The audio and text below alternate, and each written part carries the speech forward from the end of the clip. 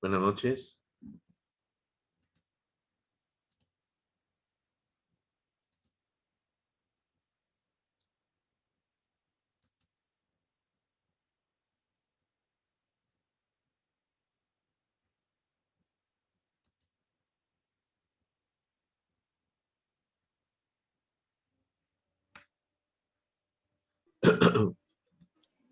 Buenas noches, Diana. Buenas noches, Jaime. Buenas noches, profesor. ¿Cómo Profesor, estás? buenas noches. ¿Qué tal, Jaime? ¿Cómo estás? Vamos a esperar un poquito, un minutito más para ver qué otro compañero de ustedes ingresa para poder empezar, ¿ya? Un ratito, por favor.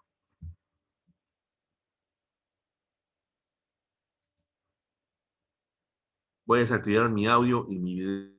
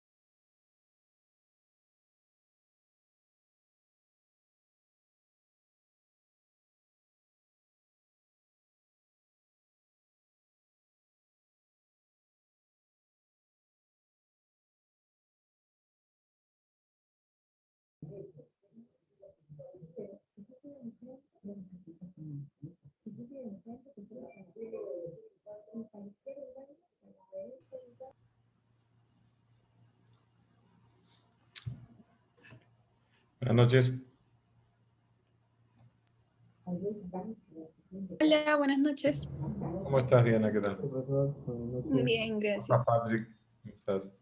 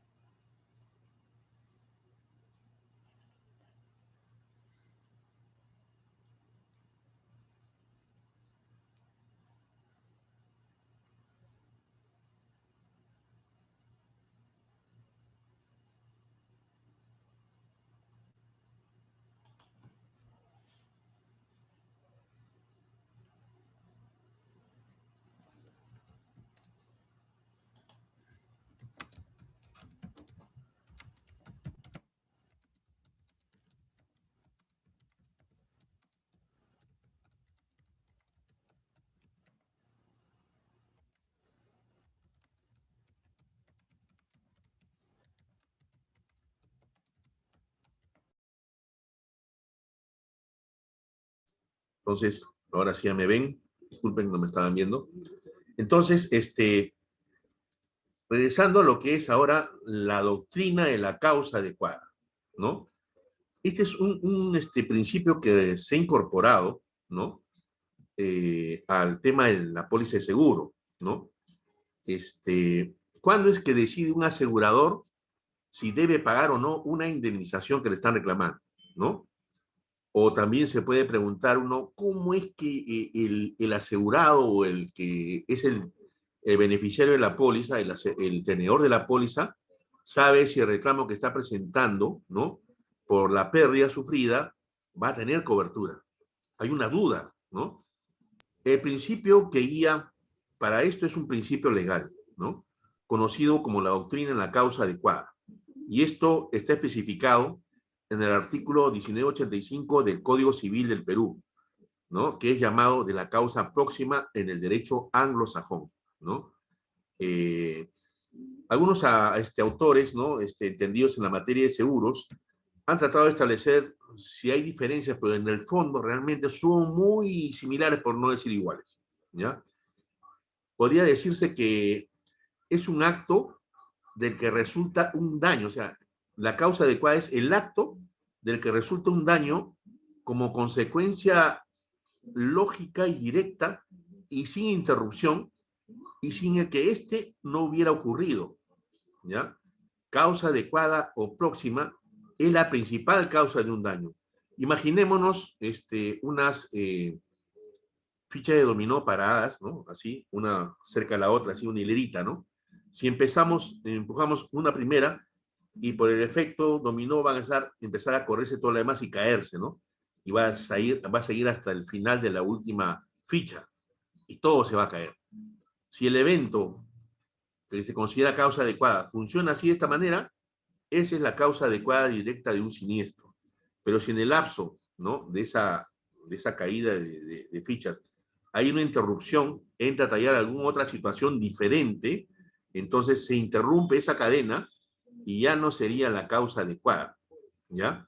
Ya finalmente esa causa última no sería la causa adecuada, porque estaría haciendo una interrupción en esa secuencia, ¿no? La secuencia tiene que ser ininterrumpida, ¿no? Tiene que ser ininterrumpida para que sea tomada de manera directa, ¿ya?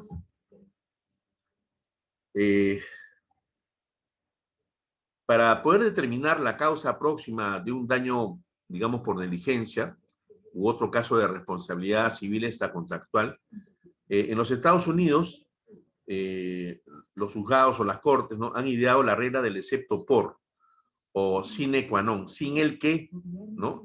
Que evalúa si un daño no hubiera ocurrido, salvo por el acto negligente del demandado.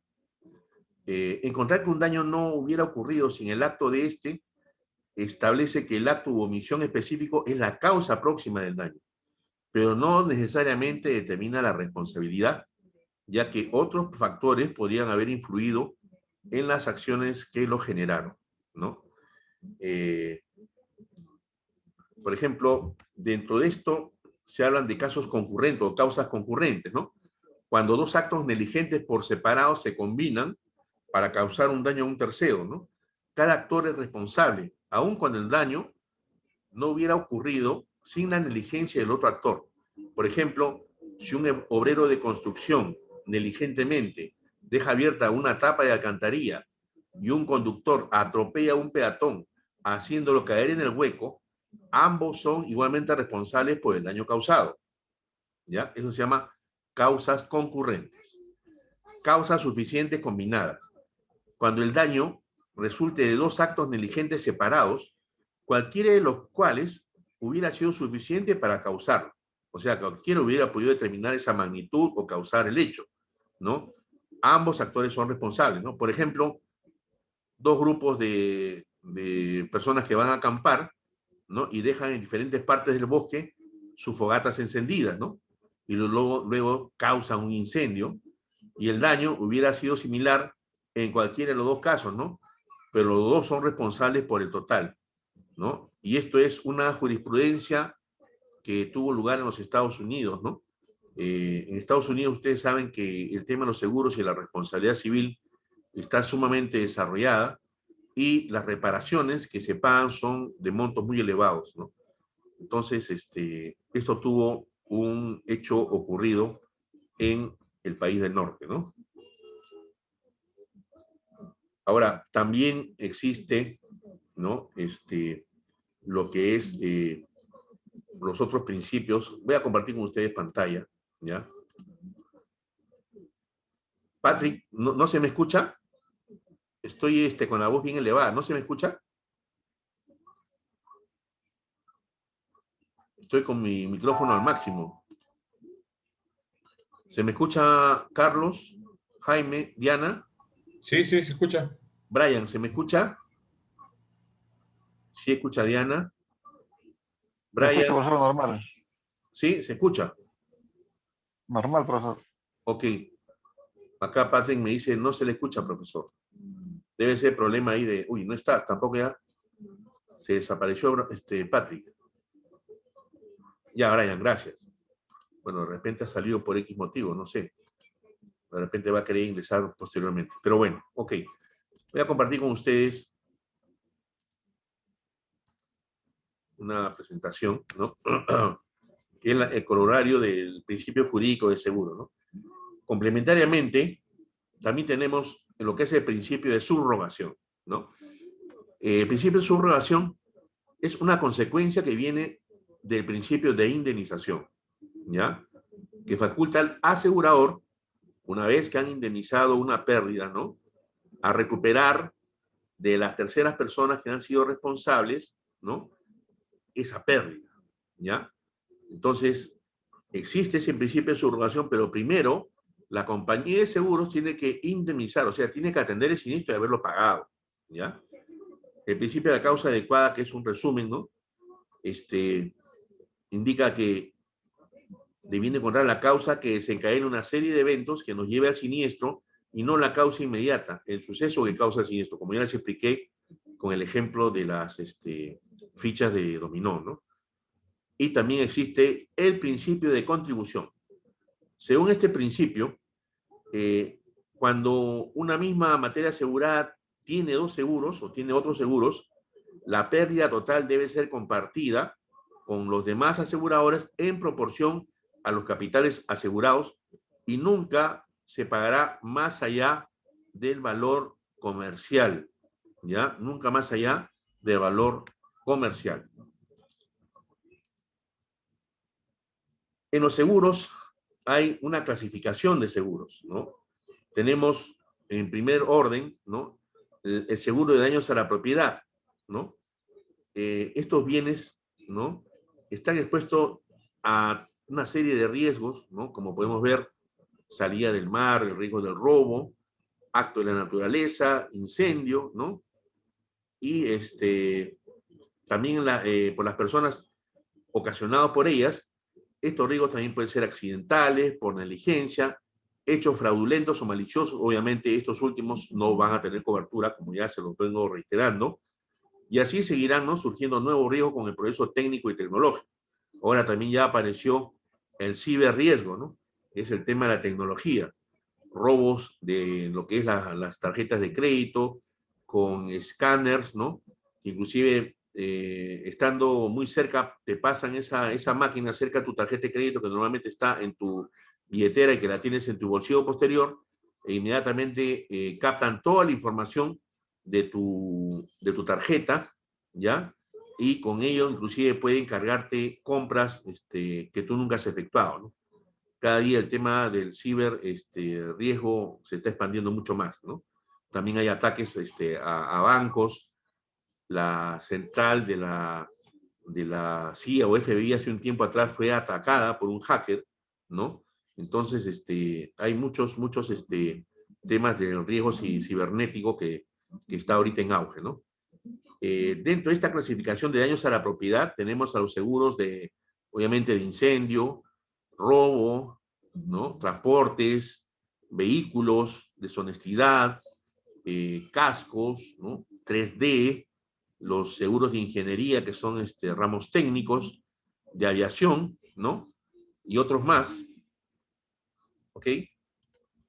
Luego tenemos el seguro de daños a patrimonio, ¿no? Acá se puede hablar de lo que es la responsabilidad civil, ¿no?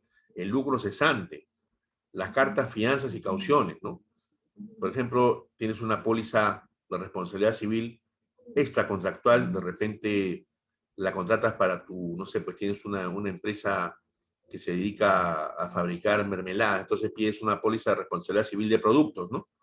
Para que en el caso de que de repente algún lote de la producción de mermelada pueda ocasionar algún tipo de perjuicio en la salud a algún consumidor, entonces ahí entraría a tallar una póliza de responsabilidad civil de productos. ¿Ok? ¿Se está entendiendo hasta acá lo que le estoy explicando, estimados? ¿Se entiende? ¿Sí? Claro, profesor, conforme. Ok, ok. Luego tenemos los seguros de daños a las personas, ¿no? En estos seguros están obviamente los seguros de salud, de vida y de invalidez, ¿no? O sea, derivado de accidentes personales, ¿no? El seguro de salud en esta pandemia ha tomado mucha preponderancia, y es más, ¿no? No sé si ya se los comenté, pero se los repito, sí que ya se los comenté. Las compañías de seguros optaron por dar una cobertura liberal de la pandemia COVID-19. Normalmente, dentro de las condiciones de las pólizas de seguro de salud o EPS, las pandemias estaban excluidas, ¿ya? Pero por una razón de liberalidad, es una decisión que tomaron las compañías de seguros, parece que se reunieron y analizaron el pro y el contra, ¿no? Y determinaron que sí tenían que atender en esta oportunidad cualquier reclamo del COVID, ¿ya? Entonces, esa liberalidad que ocasionó que se dispare la siniestralidad de estas empresas, ¿no? Obviamente se les ha disparado la siniestralidad, y no solamente por la atención médica, sino también por el tema de sepelios, ¿no?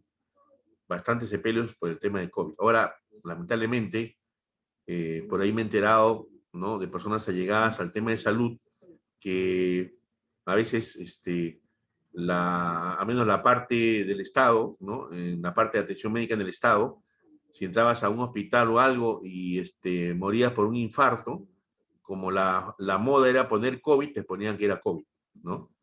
No sé hasta qué punto, pero eso realmente era pernicioso y malévolo, porque el simple hecho de que indiques que la persona murió por COVID, ¿qué ocasionaba? Que los familiares no iban a poder darle una cristiana sepultura y tenían que pasar por el tema de ser incinerado, ¿no? Y finalmente se entregaban las cenizas a los familiares, ¿no? Entonces, bueno, yo he visto muchas situaciones tristes y lamentables, ¿ya? ¿Ok? Ahora vamos a ver lo que es el certificado de seguros. Acá les he puesto un certificado antiguo, ¿ya? Si ven acá, este es una póliza del extranjero, ¿ya? De España, para hacer, ¿no? Esta es una póliza de responsabilidad civil del cazador, ¿no? Para cualquier daño que hubiese causado esta persona, que era un cazador. Entonces, este señor era un cazador profesional, su nombre Ramón Vidal Sánchez, y vivía en la población Casa de la Selva, en el domicilio en la Coma 30, esto era en Barcelona, ¿ya? Entonces, él tenía un seguro en el cual el tomador del seguro, ¿no? El periodo de validez está indicado, ¿no? 6 de octubre del 87 al 5 de octubre del 88, y dice, clase de arma a utilizar, escopeta lisa y estrecha, dice. Era una escopeta pequeña, ¿no? Para cazar cosas pequeñas seguramente, ¿no? Y ahí están los impuestos que se tenían que pagar y todo el costo total, ¿no? La prima neta más el fondo de impuestos, y el total era 427 en la moneda de esa época, pues, ¿no? En España. Entonces, ¿qué cosa es el certificado de seguros? Es el documento emitido por la compañía de seguros, ¿no? Con el cual confirma la cobertura, la existencia de una cobertura para una persona o bien específico, ¿no? Se utilizan generalmente en seguros personales y de grupo, ¿ya? Para referirse a una persona en específico, y en seguros generales para un embarque en particular de una póliza de transporte, ¿no? Flotante o abierta, ¿ya? Ahora, ¿Qué cosa es la prima de seguro?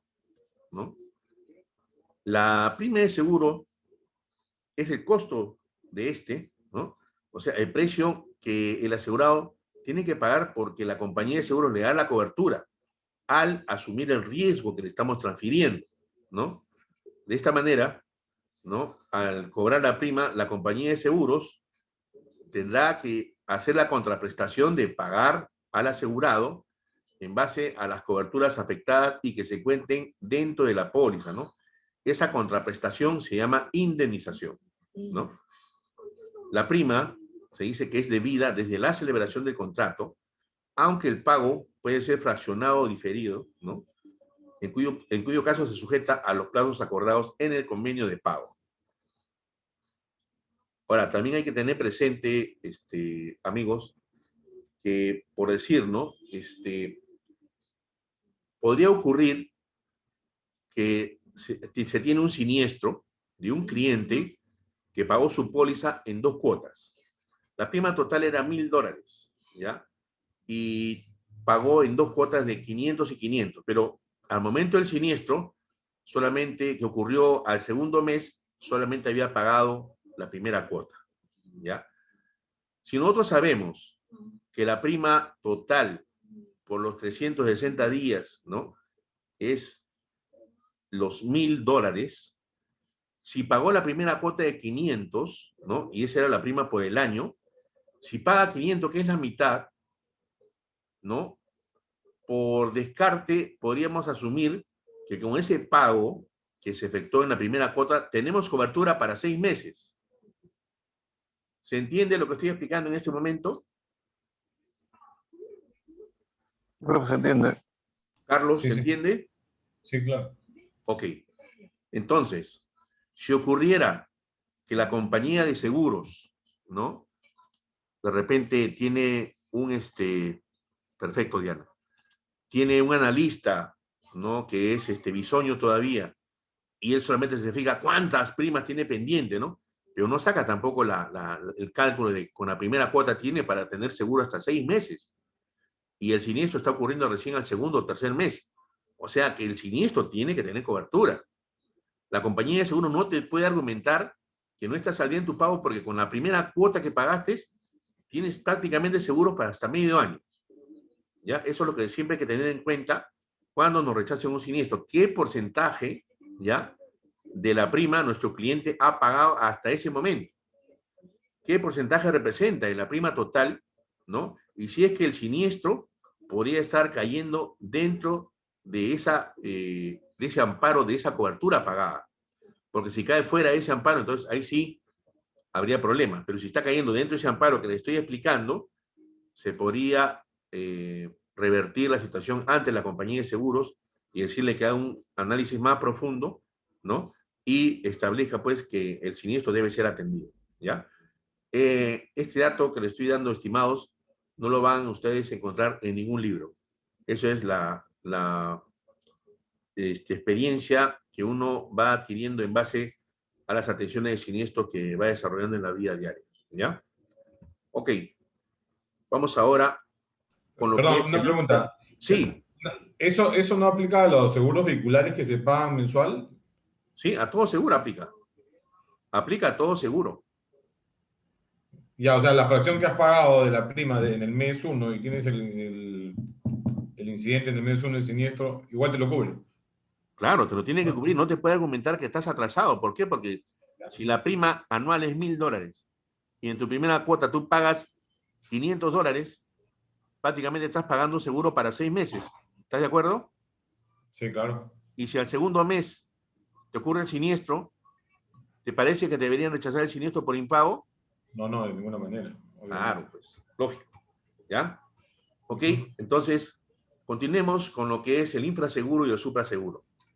Esto está observado en el artículo 85 y 86 de la ley 29946, ley del contrato de seguro. Ojo, chicos, acuérdense siempre, la ley del contrato de seguros es la ley 29946 y la ley del sistema financiero de bancas, seguros y AFP es la ley 26702.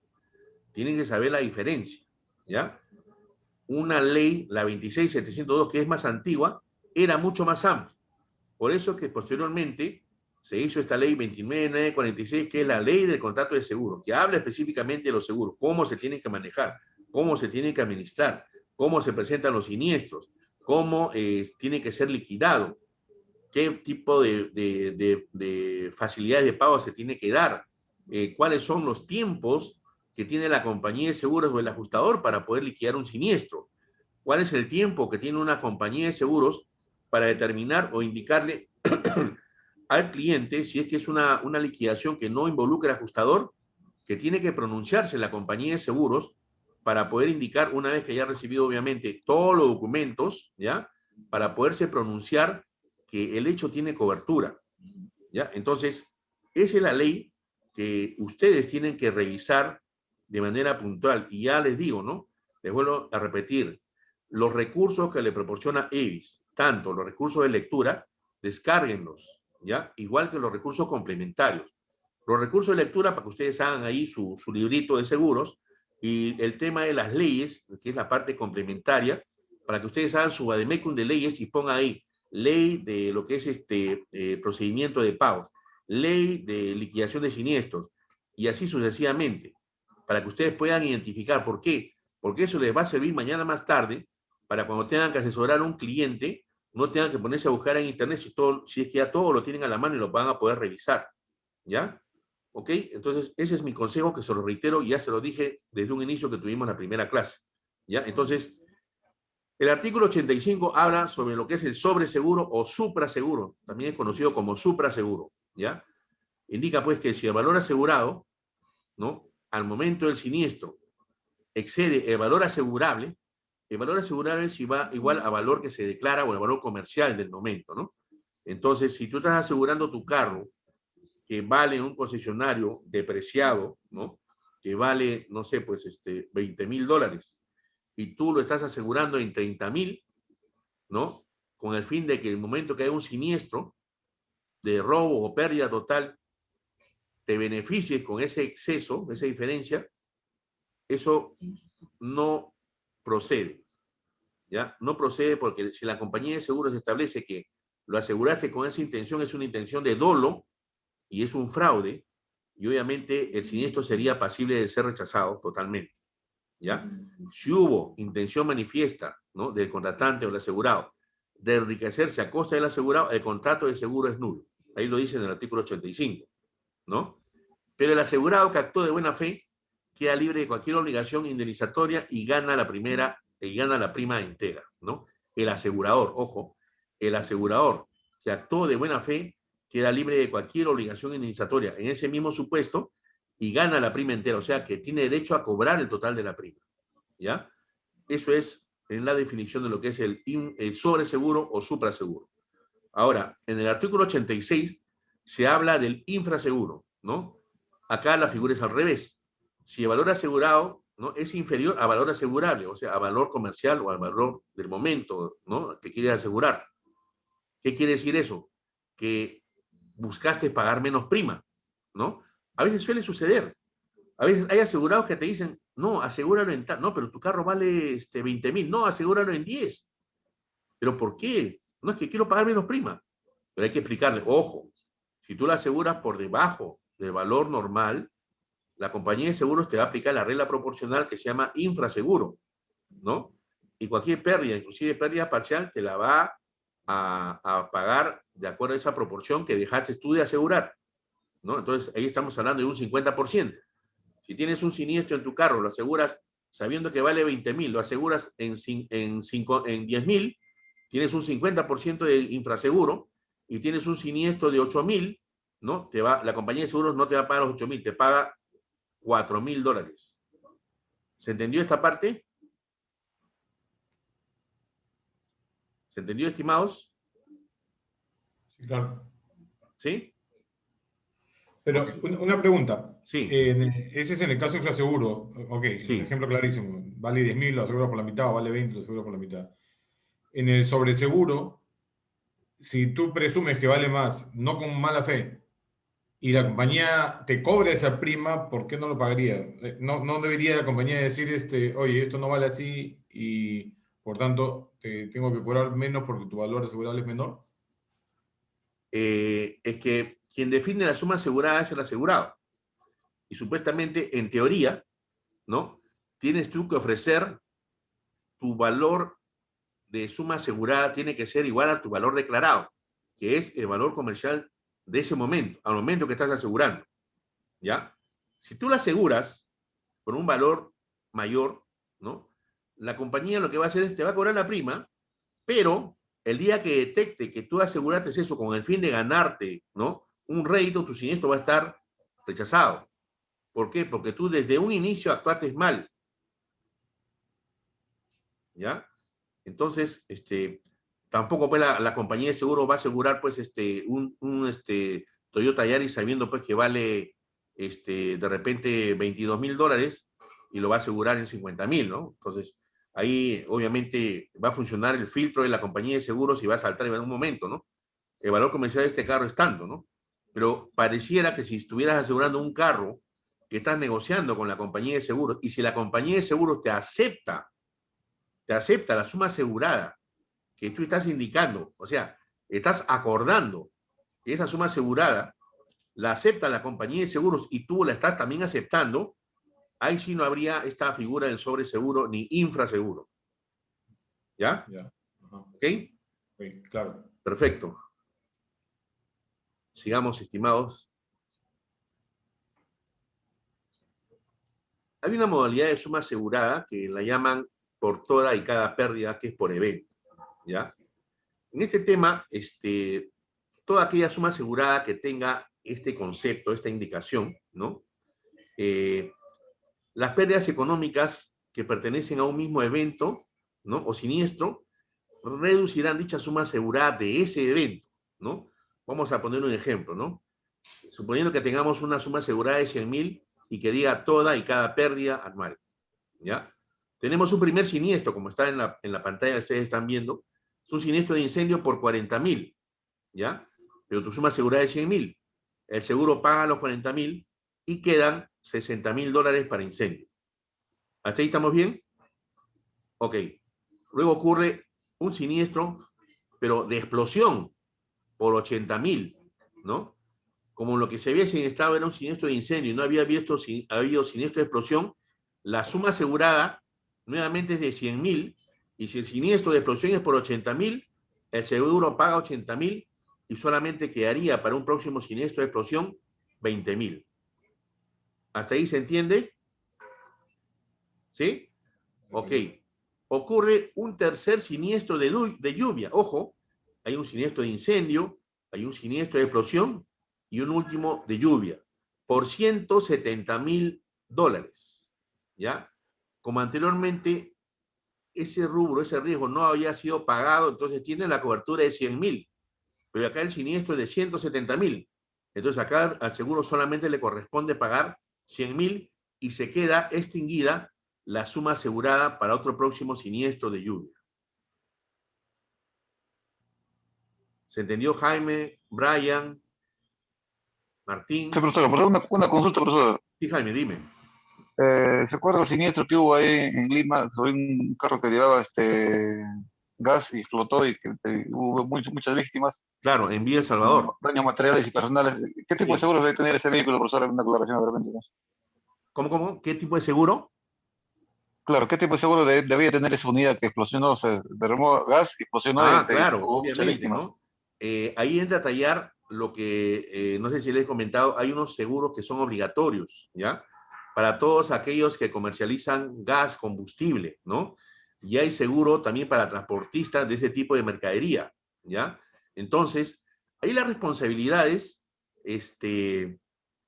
hasta ahora no se han llegado a determinar, ¿eh? Pero entiendo que la municipalidad, ¿no? Algo estuvo ayudando y también alguna compañía de seguro por ahí, porque como te digo, en primer orden surge el seguro de ley, que es el seguro de transportes de hidrocarburos o de gas o de combustible, etcétera, ¿no? Aquel transportista, ¿no? Que tenía ese camión que llevaba este contenedor, esta cápsula de gas, tenía que haber tenido ese seguro. Y ese seguro está limitado a unidades impositivas tributarias. En su debido momento, yo les voy a hablar de ese seguro y le voy a explicar justo sobre ese siniestro, ¿ya? Pero ese es el primer seguro que hubiera entrado a tallar. Después, algún seguro que debe tener quizás la municipalidad de responsabilidad civil.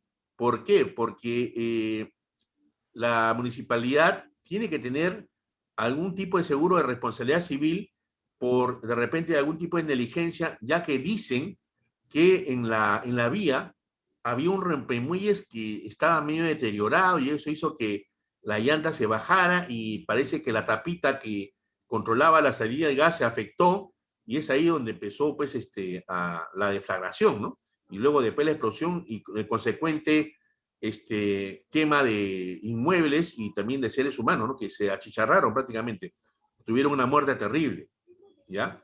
Entonces, eso deberían haber sido, ¿no? Los seguros que hubiesen entrado en primer orden, ¿no? Y obviamente, si adicionalmente a eso, ¿no?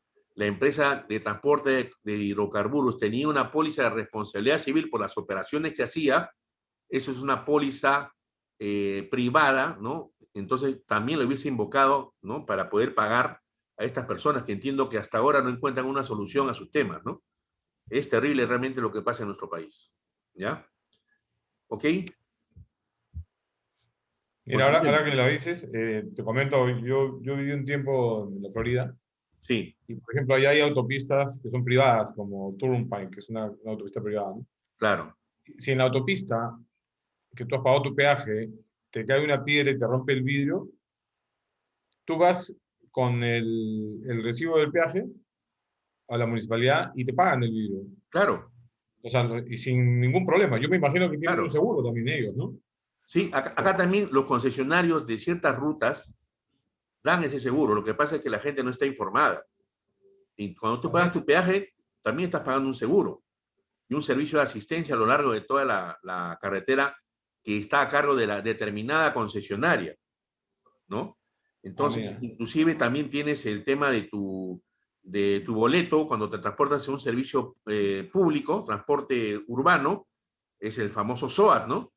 Y a veces si tú pierdes tu boleto, entonces no tienes cómo demostrar que estabas dentro de un determinado vehículo, ¿no? Salvo que te encuentren herido dentro y la policía tome nota de ello, ¿no?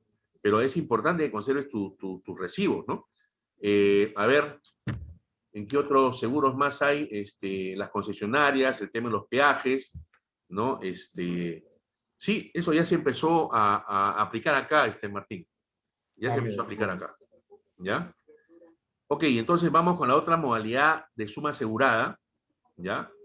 Que es el límite en el agregado anual, LAA, por sus iniciales, que es global, ¿no? Acá sí cambia la figura, ¿ya? Y se van a dar cuenta ustedes por qué. La suma asegurada que lleva ¿no? esta denominación es para todos los eventos, todos los siniestros que ocurran en la vigencia anual, ¿ya? Acá no hay por determinado riesgo, no, acá es para todos. Entonces, si es para todos, dice, la ocurrencia de los distintos eventos o siniestros reducirán dicha suma asegurada anual. Igual también, ejemplo, una misma asegurada de 100.000, pero con la determinación del límite agregado anual. Las siglas son LAA. Ocurre un siniestro de incendio por 40.000. La compañía de seguros paga los 40.000. Quedan 60.000 para cualquier otro siniestro. Ocurre otro siniestro de explosión por 80.000, ¿no? Pero el seguro solamente te puede pagar hasta 60.000 porque ya pagó 40.000.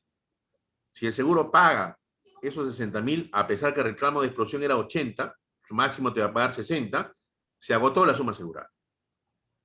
¿Ya? ¿Se dan cuenta? Entonces, ¿cuál sería más conveniente? ¿Cuál de estas sumas aseguradas sería más conveniente utilizar? ¿Qué modalidad de suma asegurada sería utilizar? ¿No? Se debería utilizar. La primera, porque te da más alternativas, te da más cobertura. Porque prácticamente si tienes 5 riesgos, tienes cobertura hasta $500.000, ¿no? Porque cada uno tiene hasta 100.000. Pero en esta tienes solamente un solo límite, que es 100.000 y punto. Acá es para todos los riesgos. Incendio, explosión, lluvia, lo que fuese. Acá. ¿Entendió esta parte, chicos? Clarísimo. ¿Sí? Ok. Sigamos, estimados. Hablemos de lo que es el siniestro. ¿Ya? Brian, ¿se entiende? No dices nada, Brian, ¿ah? ¿Se entiende o no se entiende, Brian? Correcto. Jaime, ¿todo bien? Entendí, profesor, comprendido. Ok. ¿Qué es un siniestro? ¿No? Es la materialización de aquel evento o la materialización de la eventualidad que se indica en el contrato de seguro y que ocasiona daños a los bienes o a la persona del asegurado, ¿no? Como consecuencia de ello, la compañía de seguros tiene que indemnizar al asegurado o a sus beneficiarios o a quien resulte, ¿no? Que tiene el uso del seguro, ¿no? En los términos previstos en la póliza. Obviamente que la compañía de seguros lo primero que va a reparar es si el cliente cumplió con pagar la prima, si está al día, si es que está fraccionado, si está al día en sus pagos, ¿no? Una vez que corrobora ello, lo que hace es verificar si es que la causa próxima o causa adecuada está dentro de las coberturas de la póliza, ¿no? Si se trata de un accidente automovilístico y fue un choque, el choque está dentro de las coberturas, ¿no? Y el choque es una causa directa, ¿no? De un siniestro vehicular. Entonces, se activaría, ¿no? Toda la maquinaria, porque es todo un sistema que se activa cuando ocurren siniestros, ¿no? Pero hay un tema muy importante que ya se lo comenté, la causa próxima o causa adecuada, ¿no? Es la principal causa de un daño, ¿no? Entonces, tiene que ser la que haya ocasionado, ¿no? Si estamos hablando de un choque, pues el choque tiene que haber sido, pues, ¿no? Entonces, es importante que tengamos presente, ¿no? Acá yo nuevamente remarco, ¿no? La causa adecuada es un principio del contrato de seguros mencionado en el inciso E del artículo 2 de la ley 29.946, ley del contrato de seguro, ¿no? La causa adecuada permite al asegurador determinar si paga o no el siniestro, ¿no? ¿Ok? Es muy importante ese tema, ¿ya? ¿Se entendió esta parte, estimados? ¿Sí? Ok. Abandono de bienes siniestrados. Esa es una opción, ¿ya? Por ejemplo, la cláusula de abandono, ¿de qué trata? ¿No? Es un acuerdo entre las partes, ¿no? Dice que el titular de la póliza o el asegurado cede los bienes asegurados siniestrados a favor de la entidad que los asegura, ¿no? Entonces, si se produce el siniestro, ¿no? Que está dentro de la cláusula de abandono, los bienes pasan a la propiedad del asegurador, quien deberá, ¿no? Satisfacer el total de la indemnización establecida en la póliza, sin deducir el valor de estos restos, ¿ya? Que se hayan salvado del siniestro, ¿no? La cláusula de abandono es característica de los seguros de transporte marítimo en lo relativo a las mercancías aseguradas y dañadas. O sea, esta cláusula la vamos a ver mucho en los seguros de transporte marítimo, ¿ya?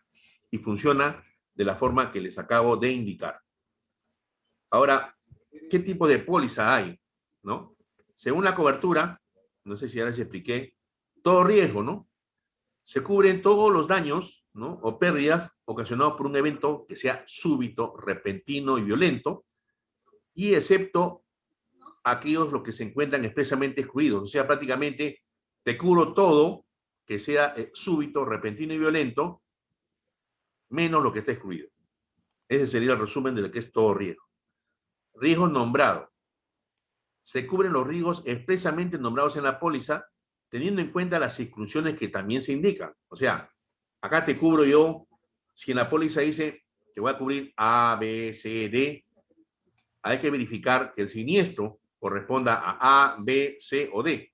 Si no corresponde a ninguno de esos nombrados, no hay cobertura. Y peor si cae también dentro de las exclusiones. ¿Se entiende este concepto de todo riesgo y riesgo nombrado? ¿Sí? Brian, Jaime. Sí, profesor. Ok, Diana, gracias por apoyarme en la respuesta. Ahora, según los tipos de póliza, ¿no? Según las sumas aseguradas, tenemos a valor total. ¿Qué cosa quiere decir a valor total? Que tienes que, lo que tú declaras, si declaras 10 millones de valor declarado de tus bienes, esos 10 millones tienes que asegurarlos acá. Tiene que ser igual.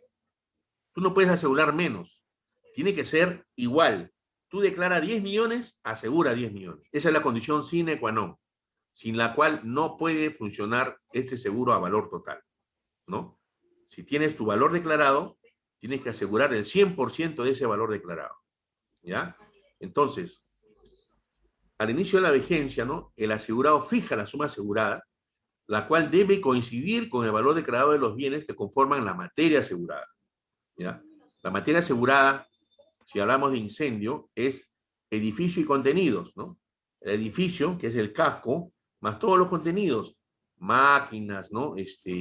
Muebles de cómputo, ¿no? Las oficinas, las sillas, las laptops, ¿no? Maquinarias también, de repente tienes ahí una pequeña generadora eléctrica que en caso de falla ¿no? de la luz, ¿no? Las existencias de ventas que tengas tu mercadería, tus insumos, que lo tengas en tu almacén, ¿no? Entonces, todo eso forma parte de la materia asegurada, ¿ya? Y tiene que ser el 100% de lo que has declarado, ¿ya? Entonces, si tú por A o B, ¿no? Te equivocas, ¿no? Y no das ese 100%, te corres el albur de que te va a aplicar la compañía de seguros la regla del infraseguro, ¿ya? En la misma proporción que dejaste de asegurar, te van a indemnizar. Solamente la proporción que aseguraste, ¿ya? Si tú del 100% aseguraste el 70%, la compañía te va a pagar el 70% y punto, nada más, ¿ya? Y eso se llama aplicación del infraseguro, ya sea como pérdida parcial o como pérdida total, ¿ya? ¿Ok? ¿Está claro este concepto? Sí. Ok. Luego tenemos a primer riesgo, ¿no? Acá se parte de un acuerdo, ¿ya? Entre tomador y aseguradora, ¿no? Entre el asegurado y la aseguradora, por el que no hay que tomar en cuenta el valor total de los bienes asegurados, o sea, el valor declarado, ¿no? No existiendo, por lo tanto, ningún tipo de relación entre lo que es el interés asegurable y la suma asegurada. Entonces, acá no hay que ver que tiene que asegurar el 100% de lo que declaras, tiene que asegurarlo, no. Y en caso de siniestro, se indemnizará hasta la suma asegurada sin considerar el valor total de los bienes. Y al tratarse de un valor pactado, porque prácticamente estás pactando este valor con la compañía de seguros previamente en la póliza, no hay aplicación de la regla de infraseguro o también conocida como la regla proporcional. ¿Se entendió este concepto? ¿Está claro? ¿Sí? Ok. Luego tenemos el primer riesgo relativo. Acá en el primer riesgo relativo, ¿no? Se asegura como suma asegurada una parte del 100% del valor declarado de los bienes asegurados, teniendo en cuenta la pérdida máxima probable. Acá se hace un pequeño análisis, o sea, si tienes una fábrica, ¿no? O de repente, por hacerlo más rápido, el asegurado tiene 3 locales, ¿no? Uno en Arequipa, otro en Lima y otro en Piura. Siendo el local de Arequipa el que tiene la mayor suma asegurada porque tiene 15 millones de dólares. Los otros 2 locales son de 7 y 8 millones. ¿Dónde está la mayor suma asegurada? ¿En cuál local? ¿De qué? Obviamente que está en Arequipa, porque tiene 15 millones de dólares. Entonces, así, a grosso modo, ya estimaste tú la pérdida máxima probable. ¿Qué pasaría si se me siniestra todo el local de Arequipa? Voy a perder 15 millones de dólares, ¿no? Que esa es la máxima pérdida probable que tenía yo tener, porque los otros locales son de 7 y 8 millones, ¿no? Entonces, ese pequeño análisis y esta modalidad de seguro, ¿no?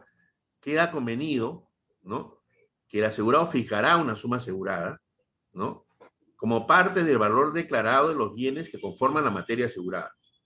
Dice, dicho valor asegurable antes indicado, ¿no? Dicho valor declarado debe determinarse de acuerdo a los criterios de determinación de valor asegurable antes indicado. Dice, asimismo, si durante la vigencia de la póliza el asegurado adquiriese bienes que debieran ser incorporados dentro de la materia asegurada, o sea que tenías, por ejemplo, los 7 millones de dólares y has comprado más maquinaria de repente por $1 millón, entonces ya no tienes 7, tienes 1 millón.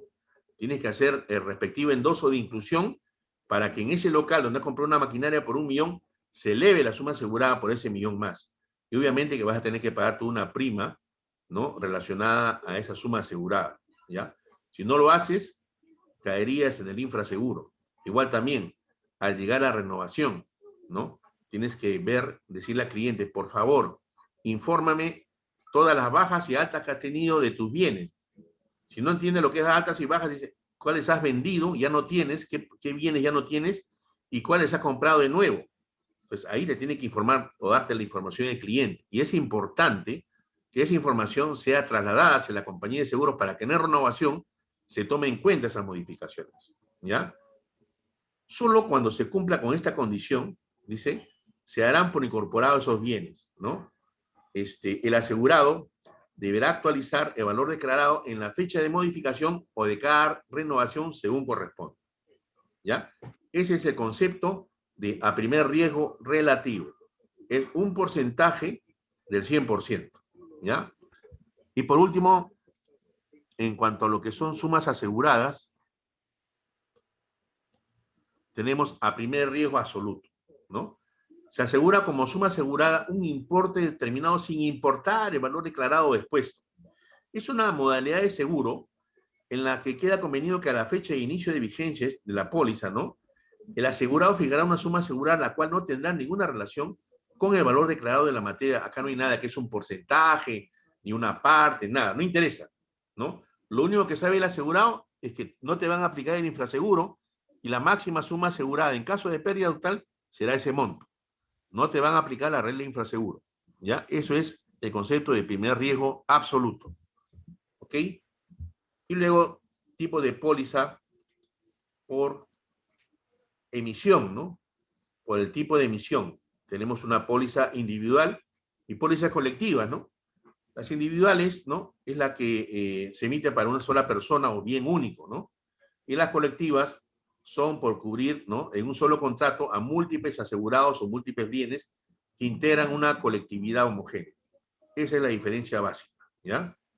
Y tenemos en último orden por el tipo de atención del siniestro, ¿ya?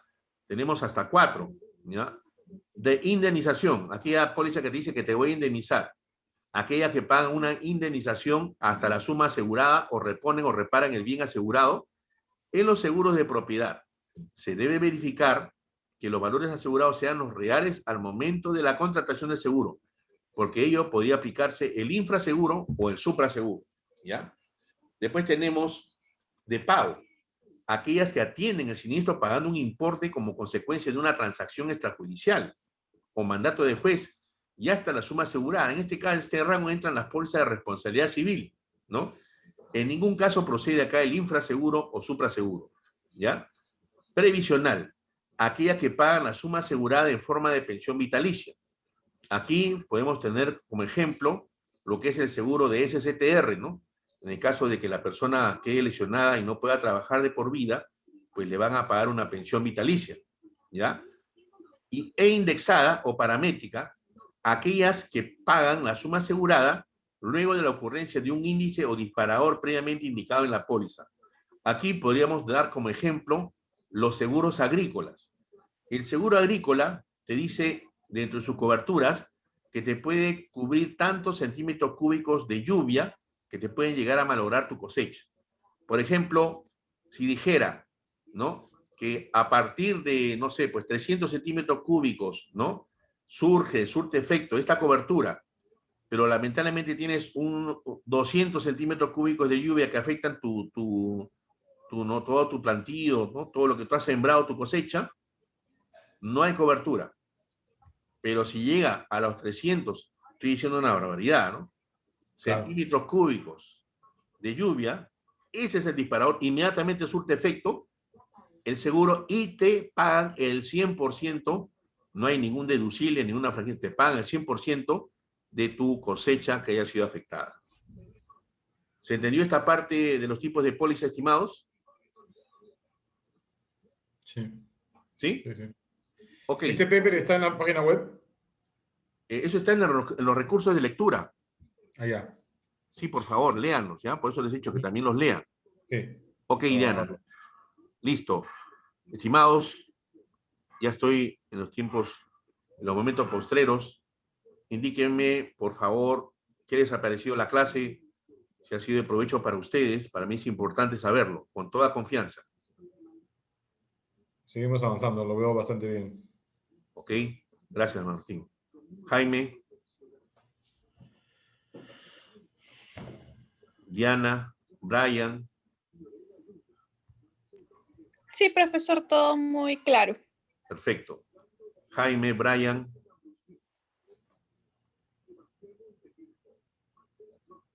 Profe, conforme. Ok, perfecto. Entonces, no me queda más que despedirme.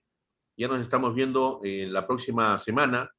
Cualquier consulta que tengan respecto a las tareas de esta semana que les falte concluir, por favor, no se atrasen, háganlo. Yo estoy dispuesto a resolver cualquier tipo de consulta que quieran al respecto. ¿Ya? Buenas noches con todos. Gracias. Y Buenas mucho, noches. por favor. Cuídense. Buenas noches con Hasta todos. luego, buenas Ok. noches. Profe, buenas noches, hasta el lunes. Buenas noches con todos.